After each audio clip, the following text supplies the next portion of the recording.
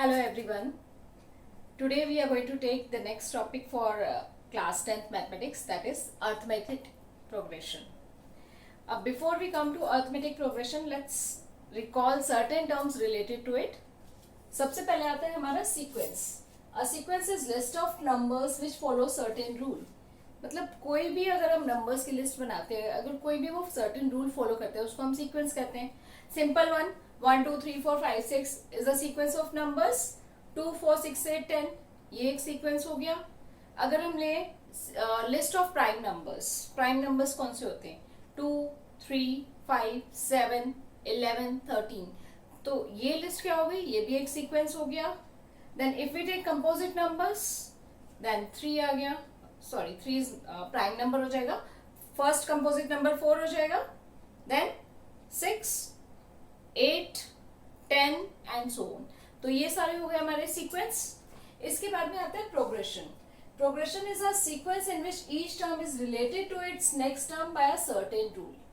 अब कोई भी सीक्वेंस जिसमें हमारी टर्म्स रिलेटेड होंगी, जिस टर्म्स कौन सी होती है? फर्स्ट नंबर यहाँ पर हो गया 7, तो फर्स्ट टर्म हो गई हमारी 7. सेकेंड पोजीशन पर जो नंबर लिखा हुआ है उसको हम कहते हैं सेकेंड टर्म विच इज 12 है. थर्ड पोजीशन पर 17 है तो यहाँ पर थर्ड टर्म क्या होगी? 17. Fourth term 22, fifth term 27 and so on. Terms को यूजुअली हम डिनोट करते हैं टी से, लाइक T1, T2, T3, या फिर A1, A2, A3 and so on. सो यहाँ पर फर्स्ट टर्म हमारी है 7, second term 12, third term 17, fourth term 22, fifth term 27 and so on. अब इसमें क्या हो रहा है? इसमें हम अगर 5 ऐड कर रहे हैं तो हमें नेक्स्ट नंबर मिल रहा है, यानी कि next number is related to previous term. दो कंसेक्यूटिव टर्म्स के बीच में कोई भी रिलेशन अगर है तो उसको हम कहते हैं प्रोग्रेशन. Second example 2 4 8 16 32. अब इनमें कोई रिलेशन है? यस. 2 को अगर हम 2 से मल्टीप्लाई करेंगे 4 आ जाएगा. इसको 2 से मल्टीप्लाई करेंगे 8 आ जाएगा. इसको 2 से मल्टीप्लाई करेंगे 16, into 2 32 and into 2 64 and so on. So next term is related to the previous term by a certain rule. और वो rule इस केस में क्या है? multiplication by 2. इस केस में क्या था? We are adding 5. Now let's see this next sequence. 81 27 9 3 1 1 by 3 1 by 9. अब इसमें क्या हो रहा है? 81 को अगर हम 3 से डिवाइड कर दें 27 आ जाएगा. 27 को 3 से डिवाइड कर दिया 9 आ जाएगा. 9 को 3 से डिवाइड कर दिया 3 आ गया. 3 divided by 3 1, again divide by 3 1 by 3, again divide by 3 1 by 9 and so on. तो नेक्स्ट नंबर के लिए हम क्या कर रहे हैं? We are dividing the previous term by 1 by 3. So these are all progressions in which the next term is related to previous term by a certain rule. अब इन्हीं प्रोग्रेशंस में फर्स्ट केस में हमने क्या किया था? We are adding a fix number. So अगर हम कोई फिक्स नंबर ऐड कर रहे हैं to get the next term, that is known as arithmetic progression. So we can say a progression in which difference between the two consecutive terms is constant. Constant क्या होगा? जो number हम add कर रहे हैं. So in other words we can say a progression in which the next term can be obtained by adding a fix number two the term. Then that gives you an arithmetic progression or simple AP. So the number which is being added is known as common difference of the sequence and it is denoted by small d. Like let's take the sequence. यहाँ पर हमने क्या किया था? यहाँ पर हम 5 5 add करते गए थे to get the next number. So this 5 which is being added is the constant number which we are adding. This is known as common difference and this sequence is an AP. क्योंकि यहाँ पर हम fix number add करते जा रहे हैं to get the next number. Another thing, यहाँ पर हमने 2 ऐड किया, यहाँ 4 ऐड किया, यहाँ पर हमने 8 ऐड किया, यहाँ 16 ऐड किया. फिक्स नंबर नहीं है, नंबर चेंज होता जा रहा है जो हम ऐड कर रहे हैं, तो ये वाला प्रोग्रेशन हमारा एपी नहीं है. This one is an AP and this one 81 में से अगर हम 27 सब्ट्रैक्ट करते हैं तो difference we can say it's not same, so again this is not an AP. And the number which we are adding in की common difference जो है it can be positive, negative or 0. यानी कि एक example हमारा ये हो गया 23, 27, 31, 35, 39 एंड सो ऑन. इस केस में क्या हो रहा है, 23 में हमने 4 ऐड किया, नेक्स्ट टर्म आ गई। 27 में 4 ऐड किया, नेक्स्ट टर्म आ गई। 31 में 4 ऐड किया, 35 आ गया। नेक्स्ट 4 ऐड किया, 39 आ गया। अब नेक्स्ट नंबर के लिए हम क्या करेंगे, सेम प्रोसेस, 4 ऐड करेंगे, यानी कि नेक्स्ट टर्म हमारी आ जाएगी 43। Again if we add 4 we get the next term 47 and so on.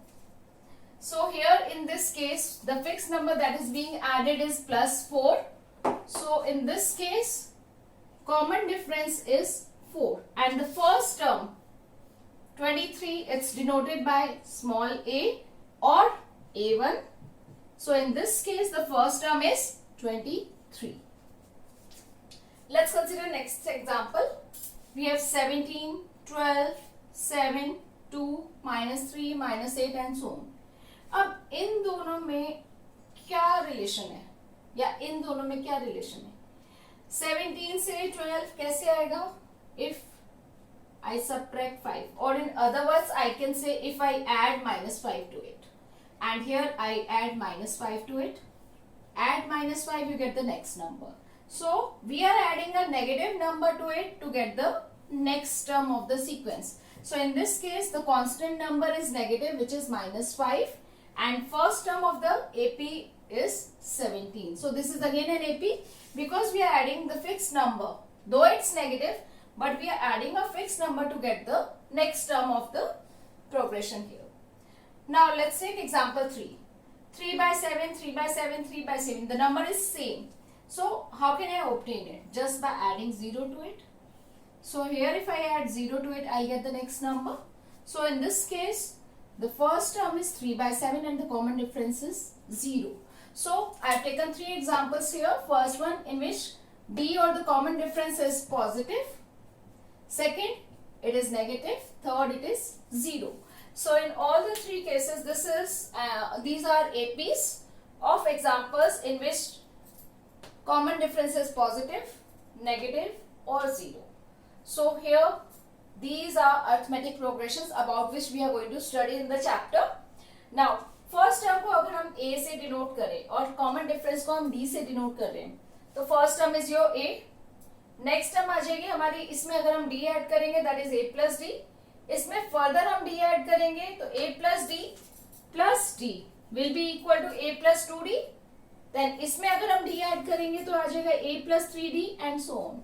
So this gives you the general form of this AP, of any AP, which is A plus D, A plus 2D, A plus 3D and so on. Further, these terms can be denoted by A1, A2, A3 and so on. So this is A1, A2, A3, A4 and so on. Clear? Another thing, हमने अभी arithmetic progression के examples लिए हैं, यहाँ पर मैंने dot show किया, means these are infinite. जरूरी नहीं है कि सारे हमारे प्रोग्रेशंस इनफाइनाइट हो सकता है उसमें हम कुछ फिक्स टर्म्स ले.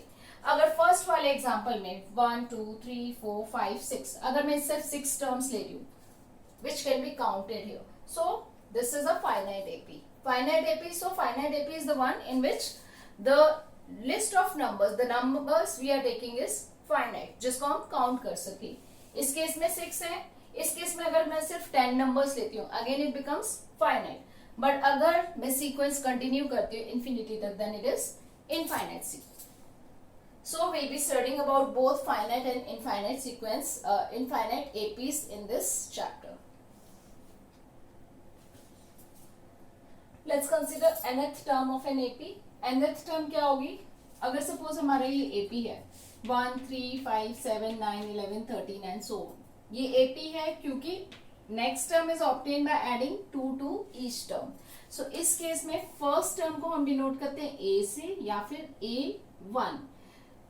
सेकेंड टर्म को हम डिनोट करते हैं A2 से, थर्ड टर्म को डिनोट करते हैं A3 से, fourth term A4 and so on. 4 5 6 7. सो इस टर्म को हम लिखेंगे A7. अगर 10th पोजीशन की हम बात कर रहे हैं तो उसको लिखेंगे A10 एंड सो ऑन. सो इसी तरह से अगर हम nth टर्म की बात कर रहे हैं, so that is denoted by AN. So N denotes position of the term in this arithmetic progression. So A3 means third term, A10 means 10th term, an means nth term of the AP. Clear? And common difference you can see here, since we are adding 2 to each term, so in this case the common difference D is 2. Okay, now first term is A1 is A itself. Second term हमारे पास कैसे आएगी, A में हम common difference D add कर देंगे, यानी कि second term is A plus D. Third term में A2 में हम D ऐड कर देंगे, यानी कि इसमें D ऐड कर देंगे, so we get A plus 2D. Fourth term में इसमें D ऐड कर देंगे, means A plus 3D. If we follow this sequence then what we get, nth term यानी कि nth पोजीशन पे जो टर्म होगी वो क्या होगी, A प्लस. A में हम कितनी बार D ऐड करेंगे, let's see the pattern here. यहाँ पर फर्स्ट टर्म है तो D कोई भी नहीं है, टू टर्म्स है तो D एक बार आ रहा है, थ्री टर्म्स है तो D दो बार आ रहा है, फोर टर्म्स है तो 3 टाइम्स आ रहा है, यानी कि दिस 4 माइनस 1 टाइम्स, यहाँ पर 3 माइनस 1 टाइम्स. तो इसी पैटर्न को फॉलो करते हुए यहाँ पर हमारे पास D कितनी बार आएगा, दिस माइनस 1, यानी कि n minus 1 times. So this gives you formula for the nth term of an AP, which is an is equal to A plus n minus 1 into D. So using this formula we can find out any term, like suppose आपको 11th term find करनी है, so 11th term के लिए n हो जाएगा हमारा 11, so this is A11 which will be equal to A plus 11 minus 1D, so this is equal to A plus 10D. Same way I can say A999, that is 999th term will be equal to A plus this minus 1, 998 into D. So nth term we can find directly using this formula, where D is the common difference, and formula for D we know, since it is the difference between the two consecutive terms, so this is equal to A2 minus A1. इस term में से इस term को subtract कर दो, 3 में से A2 को सब्ट्रैक्ट कर दो, A4 में से A3 को सब्ट्रैक्ट कर दो, means in general I can से nth टर्म में से इससे पहले वाली n minus 1th term subtract कर दो. Usually we go about first and second, so we use this formula, but in case it's given in nth term case, so we can use this also. So these are two important formulas related to this chapter. Common difference D is A2 minus A1 and nth term is A plus n minus 1 into D. Now let's come to second part of AP, which is sum to first n terms. Let's consider the formula for this first.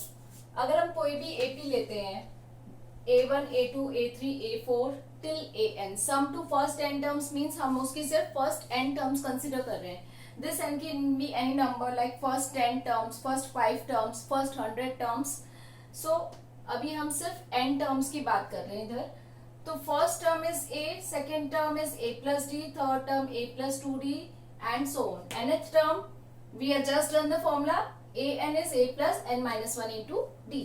So अगर हम इन सारी terms के sum की बात करें तो Sn it's denoted by Sn, which is equal to A1 plus A2 plus A3 till A n. इससे पहले वाली टर्म हो जाएगी हमारी A n minus 1. Now this A1 can be written as A, A2 can be written as A plus D, A3 is A plus 2D, A n is A plus n minus 1.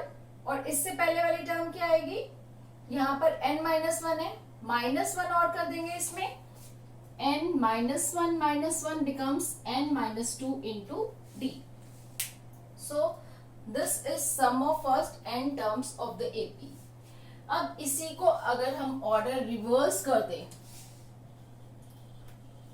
reversing the order of terms, so इसमें जो हमारी last वाली term थी वो सबसे पहले आ जाएगी A plus n minus 1D. Second last term हमारी सेकेंड पोजीशन पर आ जाएगी. प्रोसीडिंग द सेम वे, जो हमारी सेकेंड टर्म थी वो सेकेंड लास्ट टर्म आ जाएगी, फर्स्ट टर्म जो थी वो हमारी लास्ट पोजीशन पर आ जाएगी. Clear? Now what we are doing, ये जो हमारी दो इक्वेशंस आई हैं इनको हम ऐड कर रहे हैं. Adding first and second equation, left hand side में है Sn और Sn, इन दोनों को ऐड करेंगे, हमारे पास आ जाएगा 2Sn. राइट हैंड साइड में जो टर्म्स है we are adding them term by term. Means first term को हम फर्स्ट टर्म से ऐड कर रहे हैं। यहाँ पर फर्स्ट टर्म है हमारी ए, यहाँ पर फर्स्ट टर्म है a plus n minus one d. इन दोनों को ऐड करेंगे तो आ जाएगा a plus n minus one d. Same way if we add second term here with this term we get this. Proceeding same way second last term में इन दोनों को ऐड करेंगे, ये आ जाएगा हमारे पास। लास्ट टर्म्स को ऐड करेंगे, ये आ जाएगा। Now if I see each of these brackets the terms which we have added, a plus a becomes 2a and n minus 1 d is added to it।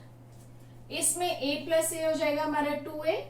अब ये n minus 2 times d already था, उसमें एक d और add कर देंगे तो कितना हो जाएगा n minus 2 प्लस 1 यानी कि n minus 1 d। Proceeding same way second last term में a plus a is 2a, n minus 2 times d added to d। Again n minus 2 में एक और d ऐड कर देंगे तो हो जाएगा n minus 1 into d। Last term a plus a becomes 2a and plus n minus 1 into d। Now if you see this equation carefully, each term is equal to 2a plus n minus 1 d, 2a plus n minus 1 d, 2a plus n minus 1 into d and 2a plus n minus 1 into d। So it means this is added e again and again।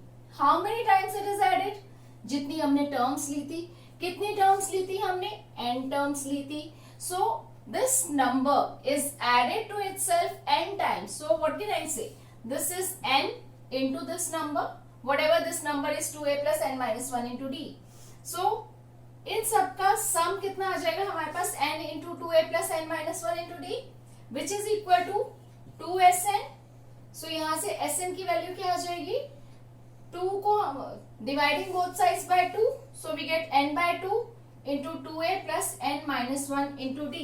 So this gives you formula for nth term of an AP, for sum to nth terms of an AP। यानी कि हमें इन सारी terms का अगर हमें सम चाहिए तो total कितना है इनका, वो निकालने के लिए हम यूज करेंगे ये वाला formula. Further this 2a can be written as a plus a। और अगर हम ये वाला पार्ट देखें इसका, a plus n minus 1 into D, this is nothing but nth term. So sn can also be written as n by 2 into a plus an। This is second formula for sn। ये वाला हम कब use करेंगे? जब हमारे पास nth term भी दी हुई है। जब हमें nth टर्म पता है, a पता है और नंबर ऑफ टर्म्स पता है, then we can directly go for this formula. Otherwise we use this formula. So there are two formulas for sn which are used according to the requirement। So this is simple derivation for sum to first n terms of an AP।